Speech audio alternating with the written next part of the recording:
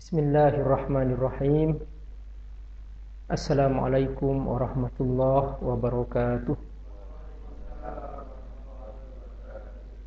Alhamdulillah, wassalatu wassalamu ala rasulillah wa ala alihi wa sahbihi wa mawala. Ashhadu an la ilaha illallah wahdahu la syarikalah wa ashhadu anna Muhammadan abduhu wa rasuluh.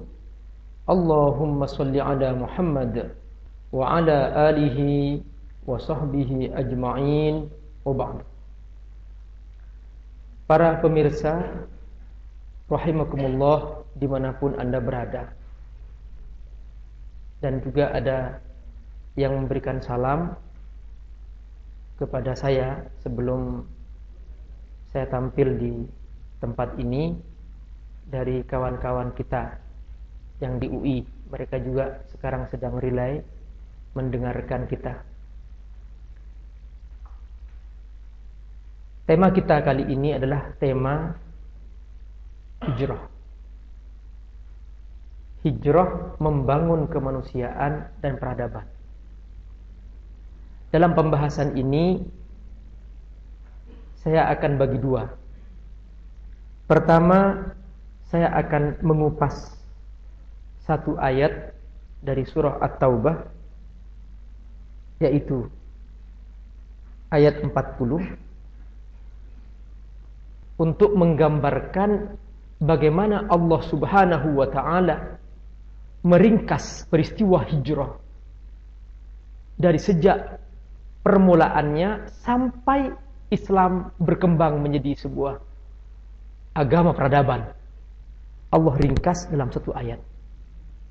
Lalu kemudian pada bagian kedua saya akan menganalisa bagaimana langkah-langkah Rasulullah SAW dalam menjadikan hijrah sebagai momentum kemanusiaan dan momentum peradaban. Mari kita simak bersama-sama bagaimana Allah Subhanahu wa ta'ala meringkas sebuah peristiwa hijrah ini yang sangat spektakuler, yang sangat luar biasa, dalam satu ayat.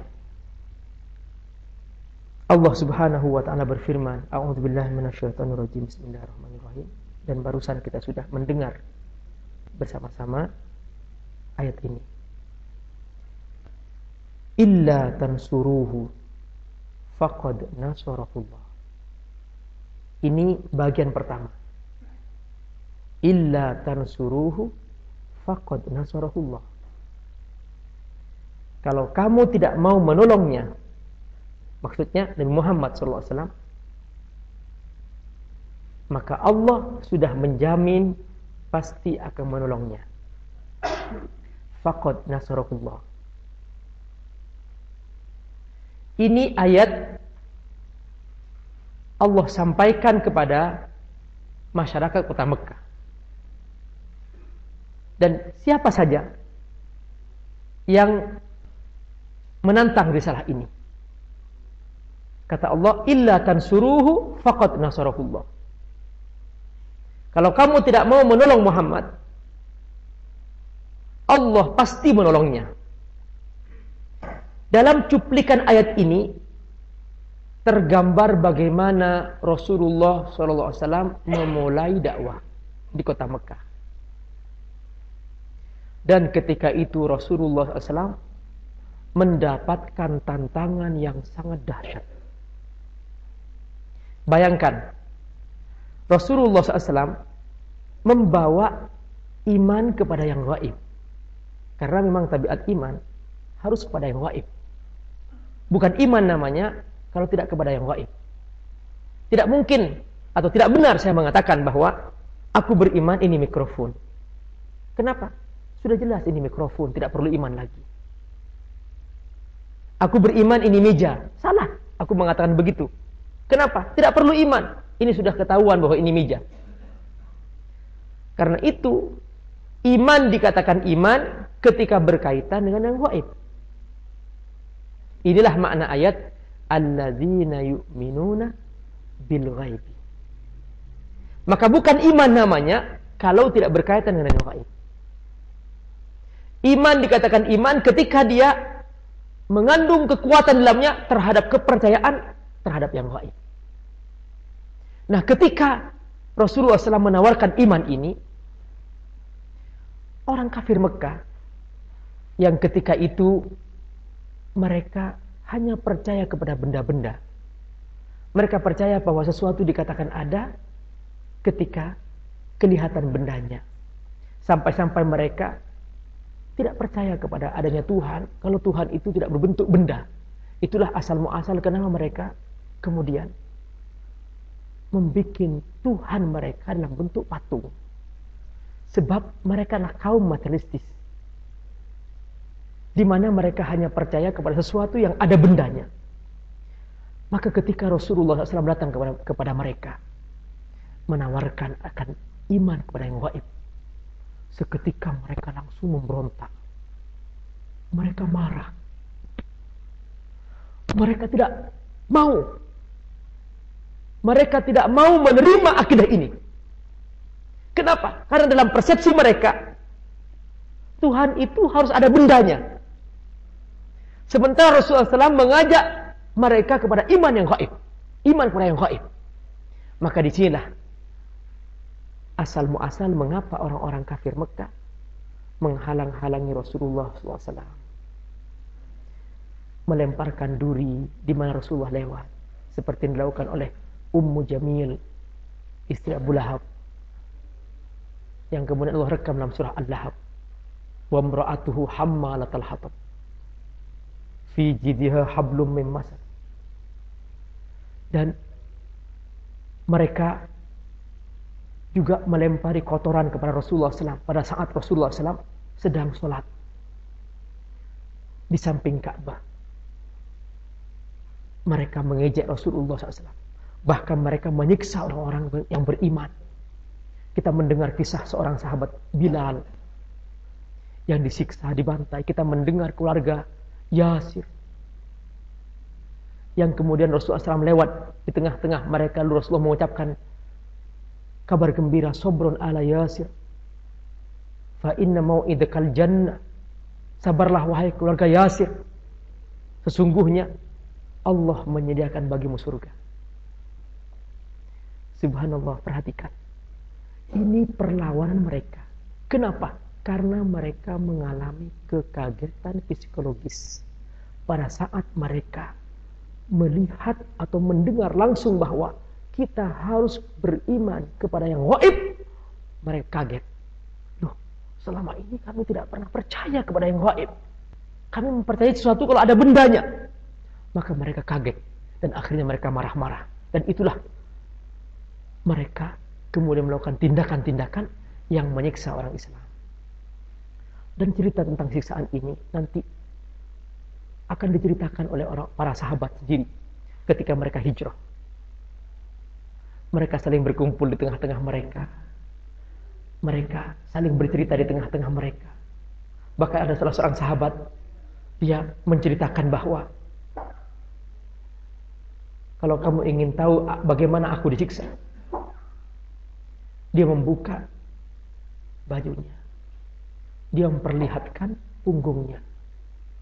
Ada bekas sangat dalam, memanjang sedalam jempol dari pundak sampai ke pinggang. Ditanya kenapa?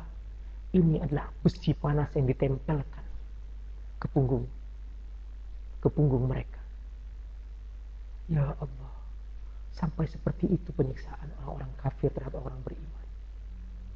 Mereka disiksa karena mereka beriman kepada Allah Subhanahu wa taala. Wa ma naqamu minhum illa ayyuminu billahil azizil hamid. Mereka disiksa karena mereka beriman kepada Allah Subhanahu wa taala yang maha perkasa, yang maha terpuji. Wa ma naqamu minhum illa ayyuminu billahil azizil hamid.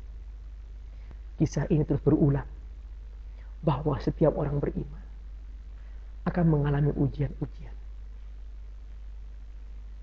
Kita alhamdulillah, ujian kita hanya menghadiri pengajian seperti ini. Masya Allah.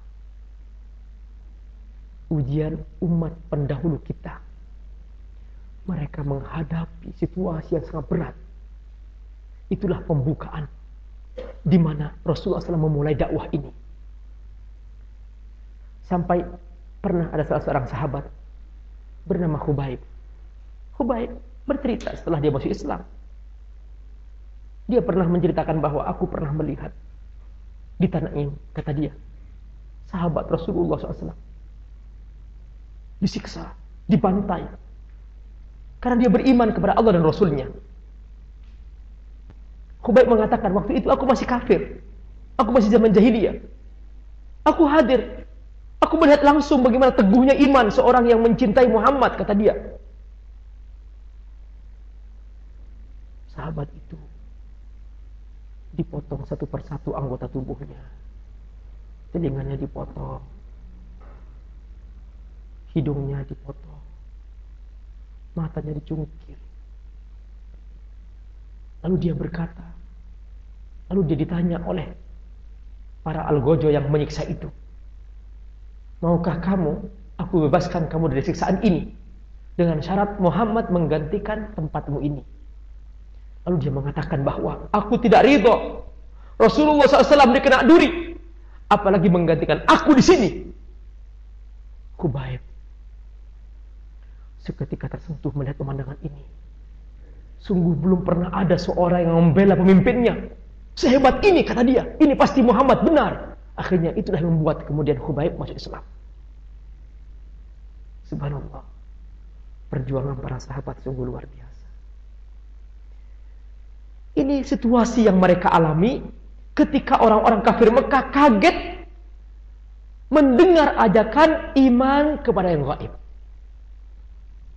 Sementara di kota Madinah,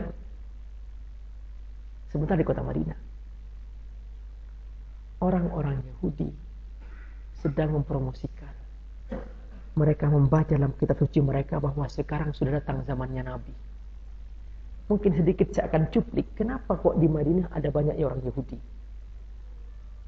Kenapa kok di Mekah tidak ada satu orang Yahudi? Sebab dalam kitab suci mereka membaca bahwa Nabi akhir zaman nanti akan berpusat di kota Madinah. Maka mereka menunggu datangnya Nabi itu di kota Madinah. Mereka berbondong-bondong datang. Dan mereka berharap bahwa Nabi terakhir itu adalah dari keturunan mereka. Nah, ketika sudah tiba zamannya Nabi di kota Mekah, Rasulullah SAW sudah menyampaikan dakwahnya. Di kota Madinah, orang Yahudi heboh menyampaikan bahwa sekarang sudah tiba saatnya zamannya Nabi, sudah datang. Penduduk kota Madinah, mereka sedang menunggu, mana itu Nabi, mana itu Nabi. Di Mekah, orang Islam sedang dibantai. Di kota Madinah, orang-orang Madinah sedang menunggu, mana itu Nabi. Mereka sudah siap beriman. Jadi di sini kita belajar bahwa ternyata kalau Allah punya kehendak, Allah menyiapkan hamba-hambanya dari musuh-musuhnya. Dari orang-orang yang memusuhi Allah Subhanahu wa taala. Orang Yahudi adalah musuh yang memusuhi orang Islam, memusuhi Allah Subhanahu wa taala. Tapi ternyata mereka menyiapkan basis umat Islam di kota Madinah. Mereka menyebarkan bahwa sekarang sudah tiba saatnya Nabi dan sebentar lagi akan datang seorang Nabi dan sebagainya. Di kota Mekah, Nabi sedang dibantai. Orang-orang kafir tidak pernah mendengar tentang ini karena di sana tidak ada satupun orang Yahudi. Orang-orang kafir sedang bingung dan mereka melakukan penyiksaan sampai Rasulullah SAW mengizinkan sebagian sahabatnya hijrah ke Habsyah untuk mencari tempat alternatif supaya sahabatnya lebih aman.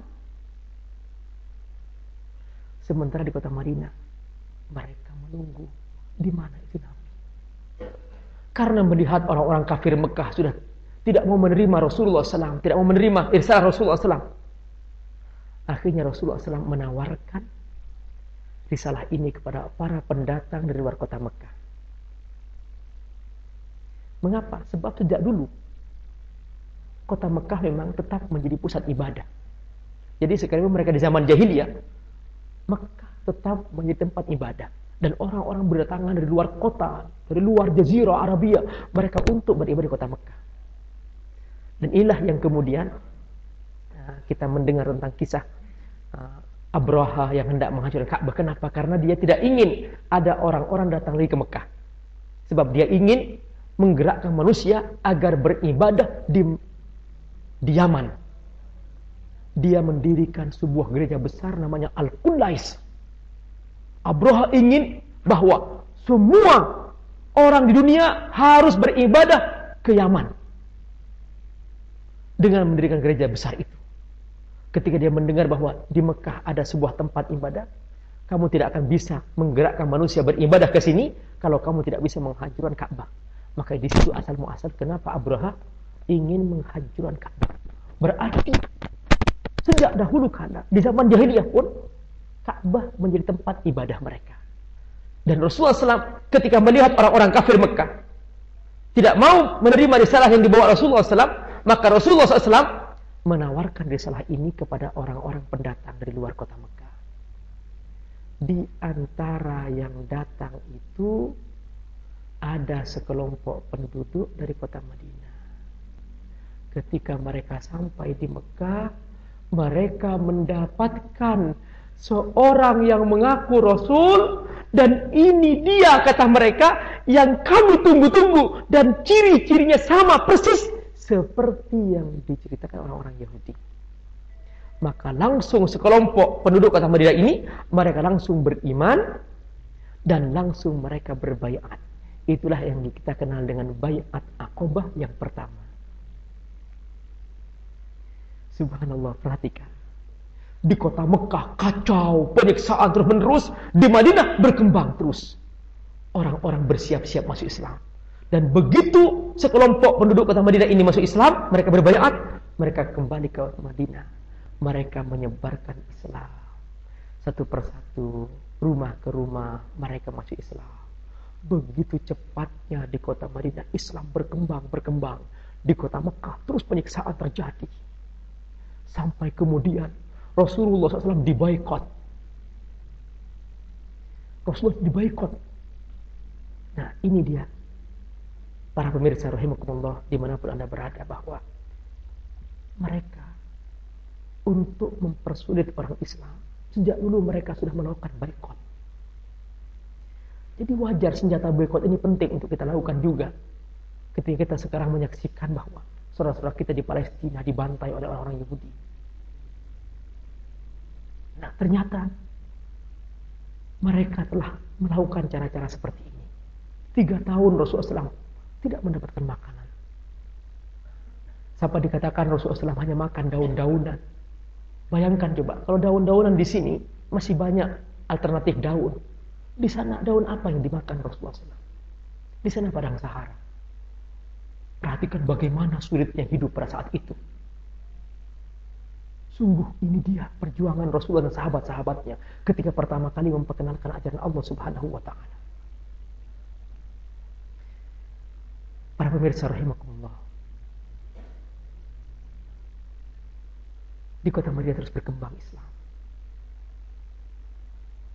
Penduduk kota Madinah semakin bertambah masuk Islam. Mereka kewalahan. Mereka mengutus lagi sekelompok sahabat-sahabatnya untuk datang ketemu Rasulullah SAW, dan mereka melakukan baiat Aqabah yang kedua. Dan terus mereka kembali ke Madinah, mereka berdakwah lagi. Di Mekah pembantaian terus terjadi, di Madinah Islam terus berkembang. Perhatikan bagaimana luar biasanya proses ini. Bagaimana Allah menyiapkan hamba-hambanya untuk menyambut datangnya risalah ini dari orang-orang yang memusuhi Allah Subhanahu wa Ta'ala. Wa makaru wa makarullah wallahu khairul makirin. Mereka membuat makar, tapi Allah Subhanahu wa Ta'ala punya makar yang lebih canggih lagi. Maka tidak ada yang bisa menandingi makar Allah Subhanahu wa Ta'ala. Seperti sekarang kita menyaksikannya, Al-Quran. Sekarang sudah tidak perlu kita khawatir tentang Quran. Kenapa? Quran sudah tidak mungkin hilang lagi secara teks. Karena Allah telah menggerakkan orang-orang tidak beriman. Di Cina, di Jepang, mereka membuat Quran digital untuk bisnis mereka.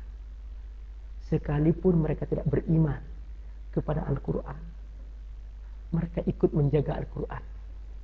Jadi Allah seakan memberikan pesan kepada kita, jangan khawatir Al-Quran hilang, tapi khawatirlah kalau kamu tidak punya waktu membaca Al-Quran. Al-Quran sudah tidak mungkin hilang lagi, sudah secara teks. Sudah semua bangsa-bangsa dunia ini yang mereka sibuk dengan teknologi, mereka digerakkan oleh Allah untuk membuat Quran-Quran digital. Persis seperti Allah menyiapkan basis umat Islam di kota Madinah melalui kaum Yahudi. Mereka yang membuat basis itu, mereka menyebarkan itu. Penduduk kota Madinah percaya kepada orang Yahudi. Kenapa? Karena mereka punya Alkitab. Di Mekah tidak pernah dengan informasi apa-apa, karenanya mereka kaget. Nah, inilah asal muasal kenapa kemudian hijrah ke kota Madinah. Pemirsa rahimakumullah, dimanapun Anda berada, Allah menceritakan ini dalam satu cuplikan ayat, illa tansuruhu faqad nasarahullah. Kalau kamu tidak mau menolong, Allah yang akan menolong. Ini diringkas dalam cuplikan ini. Perhatikan. Kemudian setelah itu, mereka melihat ternyata jumlah orang Islam semakin sedikit di kota Mekah. Karena Rasulullah SAW sudah mengizinkan mereka hijrah ke Madinah. Mekah semakin sepi.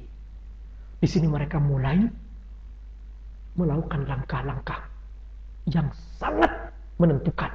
Apa itu? Mereka bersepakat bahwa Muhammad harus dibunuh.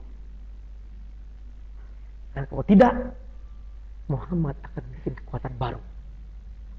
Malam itu juga mereka sepakat, dan detailnya kita sudah membaca semuanya, bahwa ada seorang syekh, seorang iblis menampakkan dirinya sebagai Syekh Najid, dan dia memberikan keputusan itu bahwa rekomendasi tentang dibunuhnya Rasulullah SAW adalah merupakan keputusan paling baik. Maka malam itu kemudian Allah Subhanahu wa Ta'ala mengizinkan untuk hijrah.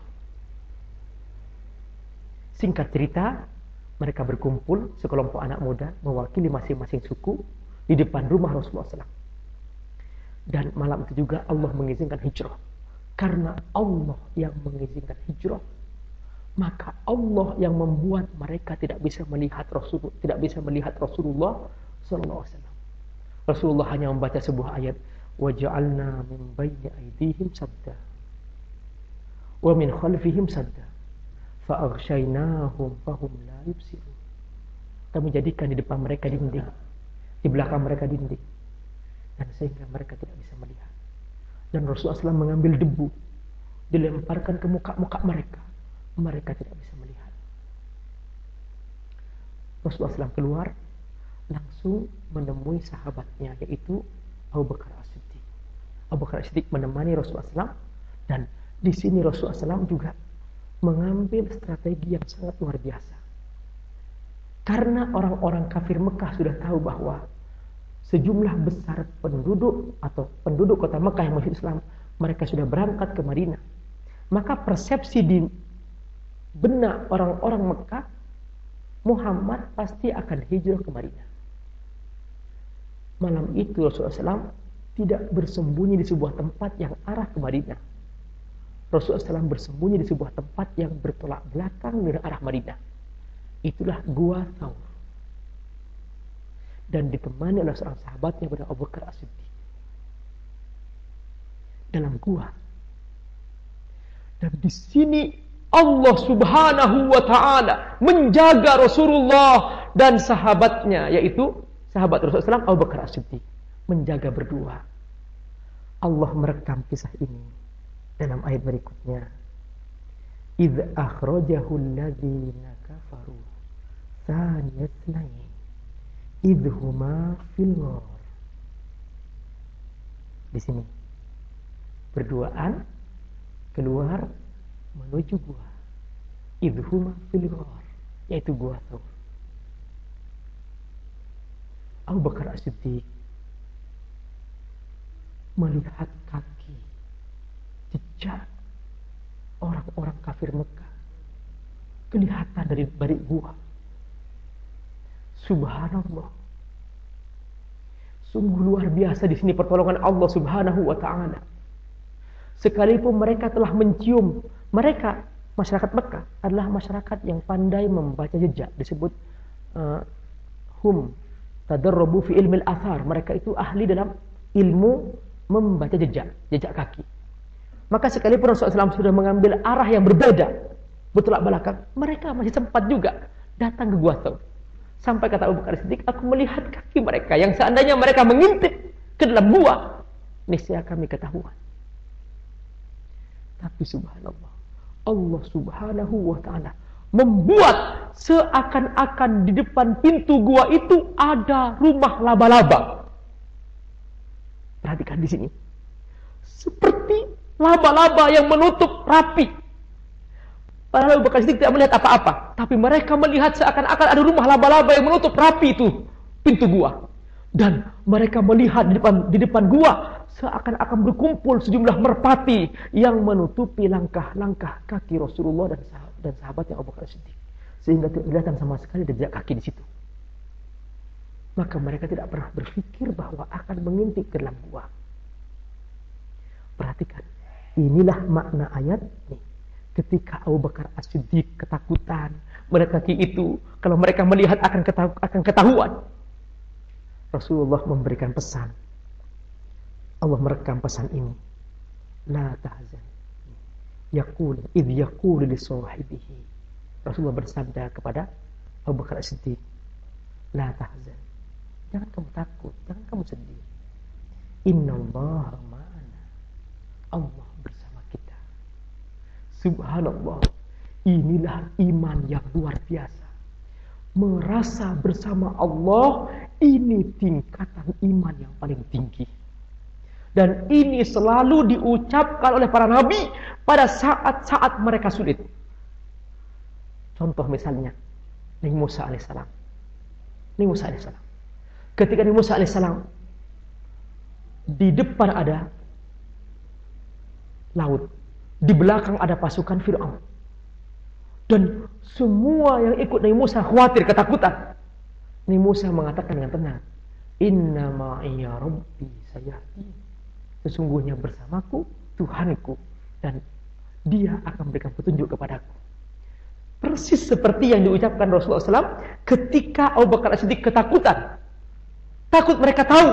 Langsung Rasulullah SAW menyebutkan, la tahzan. Innallaha ma'ana. Allah bersama kita. Tingkatan yang luar biasa dalam iman seorang nabi. Merasa bersama Allah Subhanahu wa ta'ala. Nah, apa buah yang didapat Rasulullah SAW ketika merasa bersama Allah Subhanahu wa ta'ala? Maka tidak sedikit pun dalam hati Rasulullah SAW rasa takut, rasa gelisah, rasa khawatir. Tidak takut sama sekali. Inilah yang Allah firmankan, fa'anzalallahu sakinatahu alaihi. Allah menurunkan ketenangan kepada Rasulullah SAW. Dan karena buah ketenangan ini kemudian Allah turunkan tentara-tentara yang mereka tidak tahu. Di sini Allah firman, wa ayyadahu bijunudin lam tarawha. Tentara yang tidak ada yang tahu, nampak seperti laba-laba, padahal tidak ada apa-apa di pintu gua itu. Allah tampakkan seperti burung merpati menumpuk di situ, padahal tidak ada apa-apa di situ. Subhanallah, Allah Subhanahu wa ta'ala yang membuat semua ini. Bijunudin lam tarawha. Di kota Mekah heboh. Orang-orang kafir mengumumkan, siapa yang bisa menangkap Muhammad dapat 100 unta.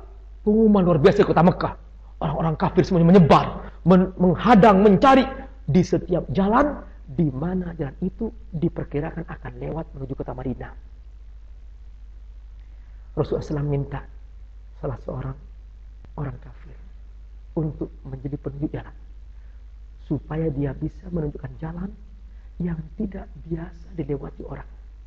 Maka ditunjuklah seorang bernama Abdullah ibnu Uraikid. Dia kafir, masih kafir.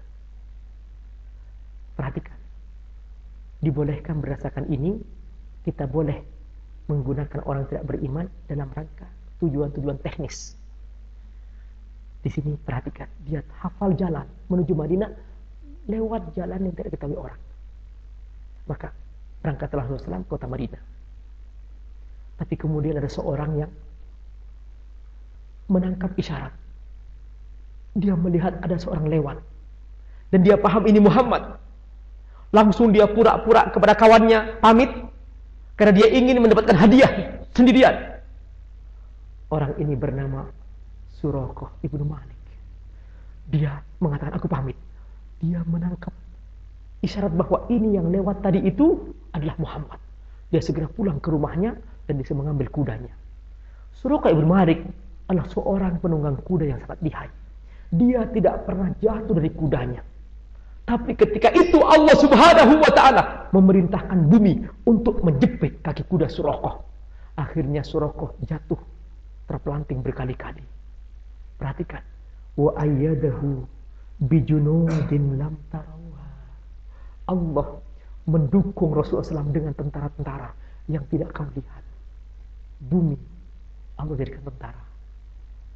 Suraqah ibnu Malik merasa bahwa ternyata ini tidak mungkin aku bisa menangkap Muhammad. Ini pasti Muhammad, kata Suraqah ibnu Malik. Maka dia langsung memanggilnya, Muhammad, Muhammad, aku Suraqah. Tunggu sebentar, aku tidak akan berbuat apa-apa kepada kamu. Maka Rasulullah menunggunya. Lalu kemudian di sini Rasulullah SAW memberikan kabar gembira kepada Suraqah. Wahai Suraqah, kenapa kamu berbuat demikian? Nanti suatu saat Islam ini akan berkembang dan akan melebar dan akan meluas, dan kamu suatu saat akan memakai gelang milik Raja Persia, Kisra, Raja Persia. Suraqah gembira mendengar ini. Kemudian dia minta rekomendasi bahwa dia kalau ternyata nanti Islam berkembang, dia minta tolong diamankan kalau ternyata dia tangkap dalam sebuah pertempatan, dalam sebuah peperangan. Disinilah kemudian terjadi bahwa Rasulullah SAW berangkat ke Madinah dan Suraqah kembali. Rasulullah SAW sesampainya di Masjid Quba, di Quba, Rasulullah SAW membangun Masjid Quba. Inilah masjid yang pertama Rasulullah bangun setelah Rasulullah SAW menjadi Nabi. Belum pernah sebelumnya membangun masjid. Ini masjid yang pertama Rasulullah bangun. Di kota Mekah yang bangun masjid adalah Nabi Ibrahim AS dan Nabi Ismail. Rasulullah SAW belum pernah bangun masjid sebelumnya. Inilah Masjid Quba yang pertama kali Rasulullah bangun. Karena itu Rasulullah SAW sangat mencintai Masjid Quba. Setiap hari Sabtu Rasulullah SAW mengkhususkan mandi di rumahnya, lalu berangkat ke Masjid Quba untuk sholat 2 rakaat. Lalu Rasulullah bersabda, "Man tatahhara fi baitihi," orang yang mandi di rumahnya, "summa shalla raka'atain di Masjid Quba," lalu sholat 2 rakaat di Masjid Quba, "kana ka umrah," dapat pahala seperti umrah. Ini saking cintanya Rasulullah ke Masjid Quba. Karena ini masjid yang pertama kali Rasulullah bangun. Sampai di Madinah Rasulullah SAW mengizinkan untanya untuk pergi sendiri. Ketika sahabat untuk mengikatnya, bergerak untuk mengikatnya, Rasulullah mengatakan, "Da'ha fa innaha ma'murah." Biarkan unta mencari tempatnya, karena dia diperintahkan. Ternyata apa? Unta diperintahkan untuk mencari tempat untuk dibangun masjid di atasnya. Dan ternyata benar, subhanallah. Ketika unta ini menentukan tempat itu, Rasulullah SAW bertanya, milik siapa tanah ini? Milik anak yatim. Rasulullah SAW langsung membelinya, karena akan dibangun di atas tanah ini Masjid Quba, Masjid Nabawi. Subhanallah. Perhatikan bahwa di sini ada pelajaran bahwa tidak boleh masjid dibangun di atas tanah yang bukan halal, bukan pemilik yang resmi, yang benar.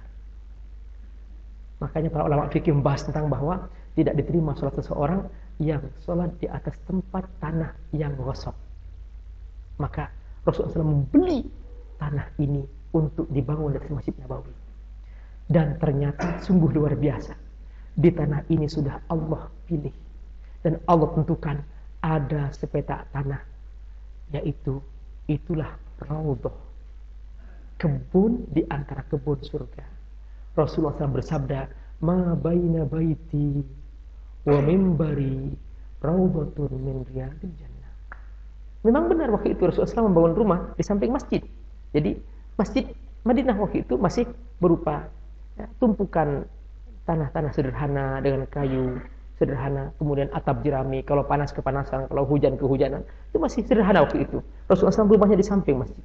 Maka Rasulullah SAW sudah menentukan bahwa antara rumahku dan mimbarku adalah kebun di antara kebun surga.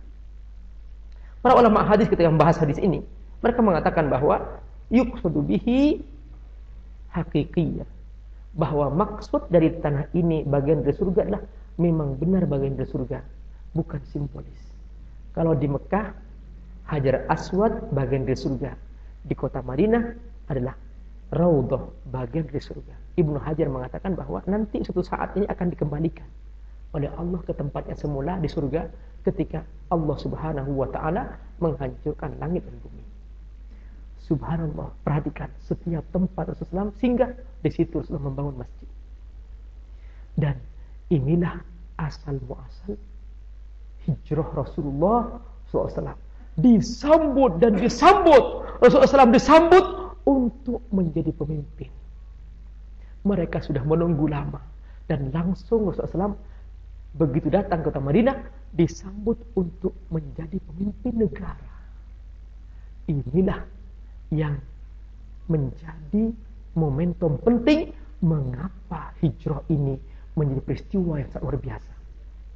Nah, sampai di sini pembahasan ini saya selesaikan, yaitu bagian pertama, bahwa tahapan peristiwa itu Allah ringkas dari pembukaan ayat illa tansuruhu, kalau kamu tidak menolongnya faqad nasarakullah id akhrajahu alladziina kafaru, ketika dikeluarkan oleh orang-orang kafir Rasulullah SAW tsaniyatnain, berduaan bersama Abu Bakar Siddiq, id huma fil ghar, keduanya dalam gua, id yaqulu sahibihi, berkata kepada kawannya, kepada sahabatnya, la tahzan, jangan sedih, innallaha ma'ana, Allah bersama kita.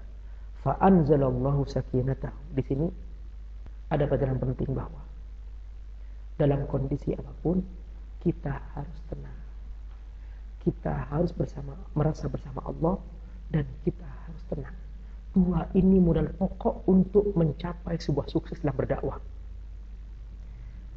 Fa anzalallahu sakinatahu alaihi, maka Allah turunkan tentara yang tidak terhingga, wa ayyadahu bijunudin lam tarawha. Maka setelah itu kemudian saya akan membahas pada bagian kedua, yaitu bagaimana Islam menjadi Islam peradaban. Para pemirsa rahimakumullah dimanapun berada, hijrah yang terjadi ini dan yang kita bahas ini sekarang mengandung dua dimensi. Ini seperti yang tertulis dalam buku saku itu, yaitu ada dimensi kemanusiaan, ada dimensi peradaban. Dimensi kemanusiaan dalam hijrah adalah bahwa Rasulullah SAW menentukan hijrah karena dari hijrah akan terbangun kualitas manusia yang mempunyai 4 kualitas. Yang pertama, merdeka. Karena umat yang tersiksa tidak akan sempat memikirkan masa depannya. Maka dengan hijrah, umat Islam menjadi umat yang merdeka. Yang kedua, ketenangan. Karena di kota Mekah, umat Islam sembunyi-sembunyi melaksanakan ibadah. Maka dengan hijrah, umat Islam menjadi terang-terang melaksanakan ibadah kepada Allah Subhanahu wa taala. Umat yang merdeka, umat yang tenang, maka mereka akan berpikir masa depan mereka. Mereka akan menentukan jalan hidup mereka. Mereka akan menjadi umat yang cerdas.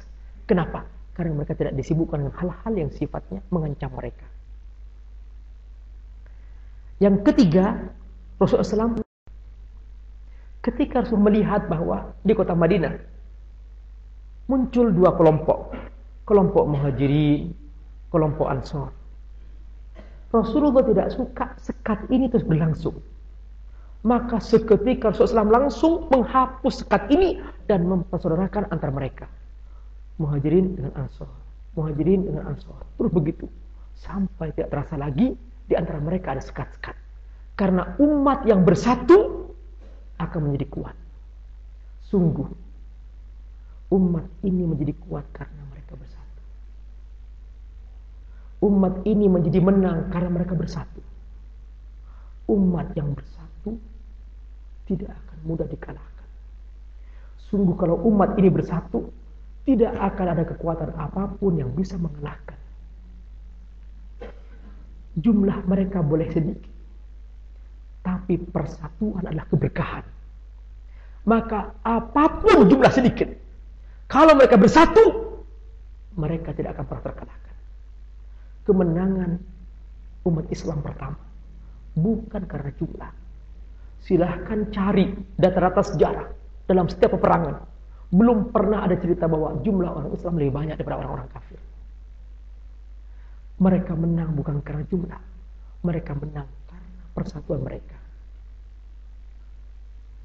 Maka inilah rahasia persaudaraan yang dibangun Rasulullah SAW. Al-ukhuwah. Dan karena itu Allah firman dalam Al-Quran, innamal mu'minuna ikhwatun. Bahwa tabiat iman pasti bersaudara. Maksudnya apa? Di sini innamalil hasr. Maksudnya identifikasi bahwa seorang mukmin identik dengan persaudaraan. Berarti tidak pantas mengaku seorang mukmin kalau tidak bersaudara. Yang dibuktikan dalam peristiwa hijrah. Langsung mereka bersatu. Nah, ketika mereka bersatu, maka dibangun konsep selanjutnya yaitu at-tadhiyah, pengorbanan. Umat yang siap berkorban. Dari hijrah mereka telah belajar pengorbanan. Para sahabat telah siap mengorbankan apa yang paling mahal dalam hidup mereka. Umat yang siap berkorban adalah umat yang paling berkah dan tidak mungkin terkalahkan. Kita mendengar kisah seorang sahabat bernama Suhaib. Dia dihadang oleh orang-orang kafir Mekah ketika hendak hijrah. Dia punya banyak kumpulan harta. Ketika mereka menghadang, mereka ingin mengambil hartanya. Suhaib mengatakan, maukah kalian izinkan aku hijrah, aku tunjukkan di mana hartaku. Mau, kata mereka. Langsung ditunjukkan hartaku di tempat sini. Segera pergi. Mereka pergi. Suhaib hijrah.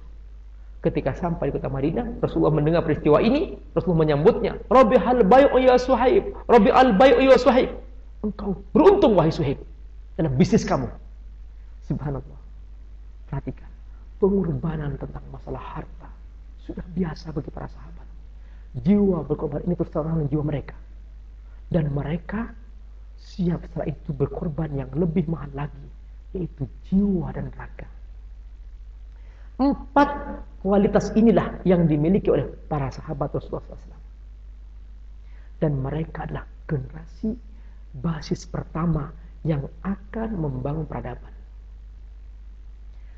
Dimensi yang kedua dari hijrah adalah bahwa hijrah inilah yang menampakkan kemudian Islam yang kita yakini adalah Islam peradaban. Dari mana? Pertama, dimulai dari masjid. Bahwa peradaban Islam tegak karena masjid. Generasi masjid inilah yang memulai tegaknya peradaban Islam. Sebuah generasi yang jauh dari masjid tidak akan bisa menegakkan peradaban Islam.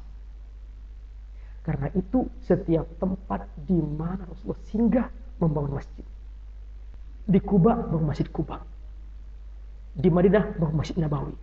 Dan Allah Subhanahu wa ta'ala pertama kali membangun di muka bumi ini, membangun masjid.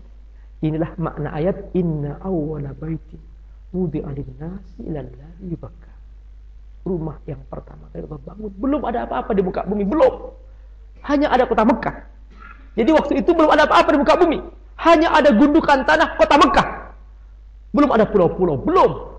Hanya ada kota Mekah, makanya kota Mekah disebut Ummul Qura, induk semua negeri. Karena pertama kali disitulah negeri pertama kali. Dan ternyata ketika Ka'bah hendak direhab, ternyata di situ sudah ada fondasinya. Sudah ada fondasi menghampar berwarna hijau. Dan ketika mereka mencoba untuk menggali lebih dalam lagi, keluar cahaya. Dikatakan takadu antu'mi, sampai hampir mereka mau buta karena melihat cahaya dari balik batu itu. Dan akhirnya dikembalikan lagi. Maka di atas fondasi itulah kemudian Ka'bah dibangun yang sekarang kita saksikan. Jadi tidak digali lagi lebih dalam lagi. Dan ternyata Allah sudah meletakkan fondasi yang asli. Karena Allah sudah membangun ini. Inna awwala baitin wudi'a lin-nas lalladzi Bakkah. Jadi Rasulullah SAW pertama kali memulai dari masjid. Masjid adalah pusat peradaban Islam. Pusat mengambil keputusan untuk menentukan alur strategis semua dari masjid. Maka sebuah generasi akan diberkahi oleh Allah ketika generasi ini dekat dengan masjid. Semakin jauh sebuah generasi dari masjid, maka semakin hilang keberkahan dari generasi itu. Pemirsa rahimakumullah, sedikit aku keluar dari kisah ini, ingin menyuplik kisah tentang Andalus. Kisah jatuhnya Andalus adalah karena waktu itu sekelompok anak-anak muda yang tadinya mereka sibuk menghafal Quran di masjid, sibuk menghafal hadis di masjid, mereka terpengaruh dengan sebaran-sebaran yang merusak akhlak mereka. Disebarkan tentang gambar-gambar yang rusak, gambar-gambar telanjang. Kemudian mereka terpengaruh dan akhirnya mereka terpengaruh meninggalkan masjid. Ketika generasi-generasi yang tadi sibuk di masjid mulai keluar dari masjid, maka di sini kemudian mereka menyerang Andalusia dan Andalusia jatuh. Sebelumnya Andalusia tidak pernah jatuh ketika generasi itu dekat dengan masjid. Maka disinilah rahasia kenapa kita harus memulai dari masjid yang membangun sebuah peradaban. Dan dalam berdakwah kita juga demikian seperti itu. Kemudian yang kedua, Rasulullah SAW dengan hijrah menampakkan bahwa Islam bukan hanya agama ritual, tapi Islam adalah agama komprehensif. Islam yang mengatur semua kehidupan.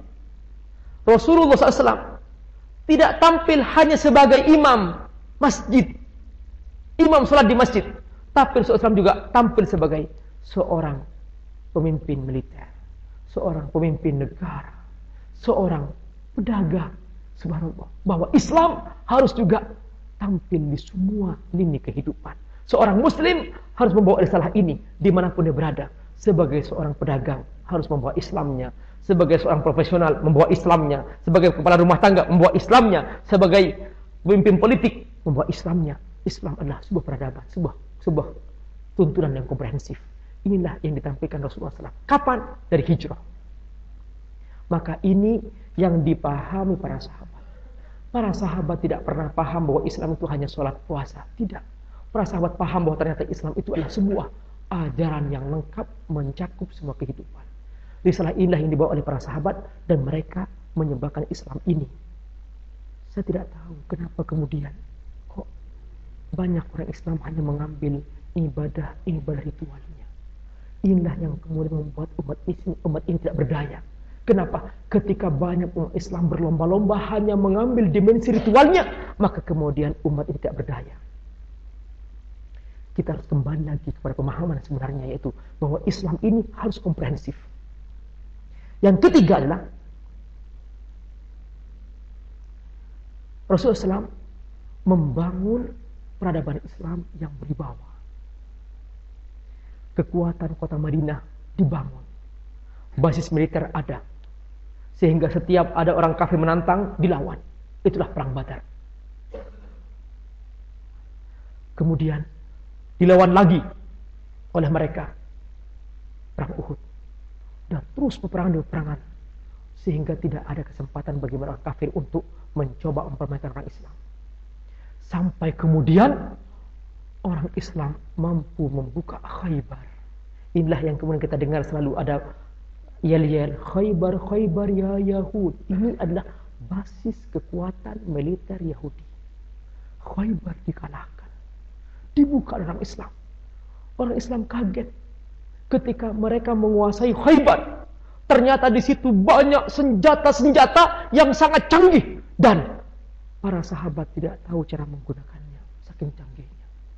Mereka bertanya, untuk apa mereka membuat ini? Jawabannya ternyata untuk membunuh orang Islam. Ternyata Khaybar jatuh kemudian. Ketika Khaybar jatuh, orang kafir Mekah gentar ketakutan. Dan akhirnya kemudian Mekah diserahkan tanpa peperangan sama sekali. Perhatikan, inilah makna ayat yang dimaksudkan Allah, turhibuna bihi aduwallahu aduwakum, bikin musuh Allah gentar melihat kamu. Maksudnya apa? Umat yang bersatu, umat yang kokoh, bukan umat yang bercerai-berai. Umat yang bercerai-berai tidak akan pernah kokoh. Sekarang kita bukan masanya lagi sibuk dengan masalah khilafiyah. Sudah selesai dibahas oleh para ulama fikih. Sekarang saatnya kita bersatu. Bersatu menggalang kekuatan baru umat Islam yang penuh dengan kekuatan yang tidak akan pernah terkalahkan oleh siapapun. Sungguh, kalau kita perhatikan, jumlah orang Islam tidak banyak waktu itu. Ketika pertama kali berperang dalam perang Badar, jumlah orang Islam hanya 313. Tapi dari jumlah yang sedikit inilah, karena mereka bersatu, Allah membuka keberkahan-keberkahan itu. Dan dibanding dengan jumlah orang kafir ketika itu, tidak ada bandingan apa-apa.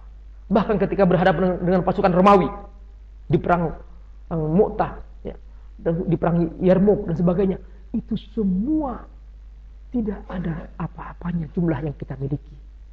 Tapi mereka menang. Kenapa? Karena mereka bersatu. Sampai-sampai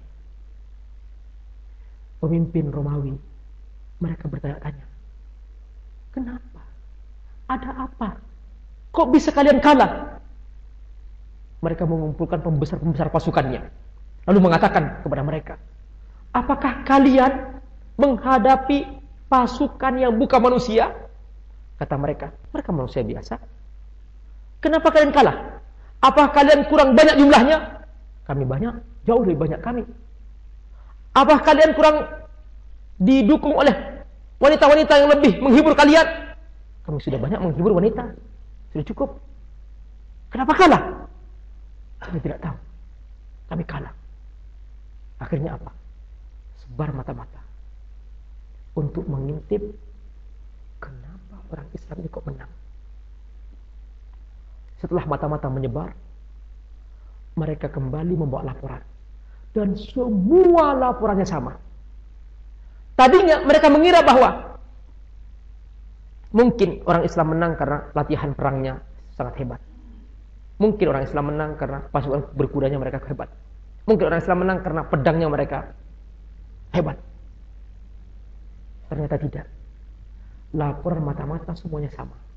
Mereka mengatakan, hum yaqumunan lail. Mereka bangun malam. Amma nahnu fananam. Adapun kami tidur.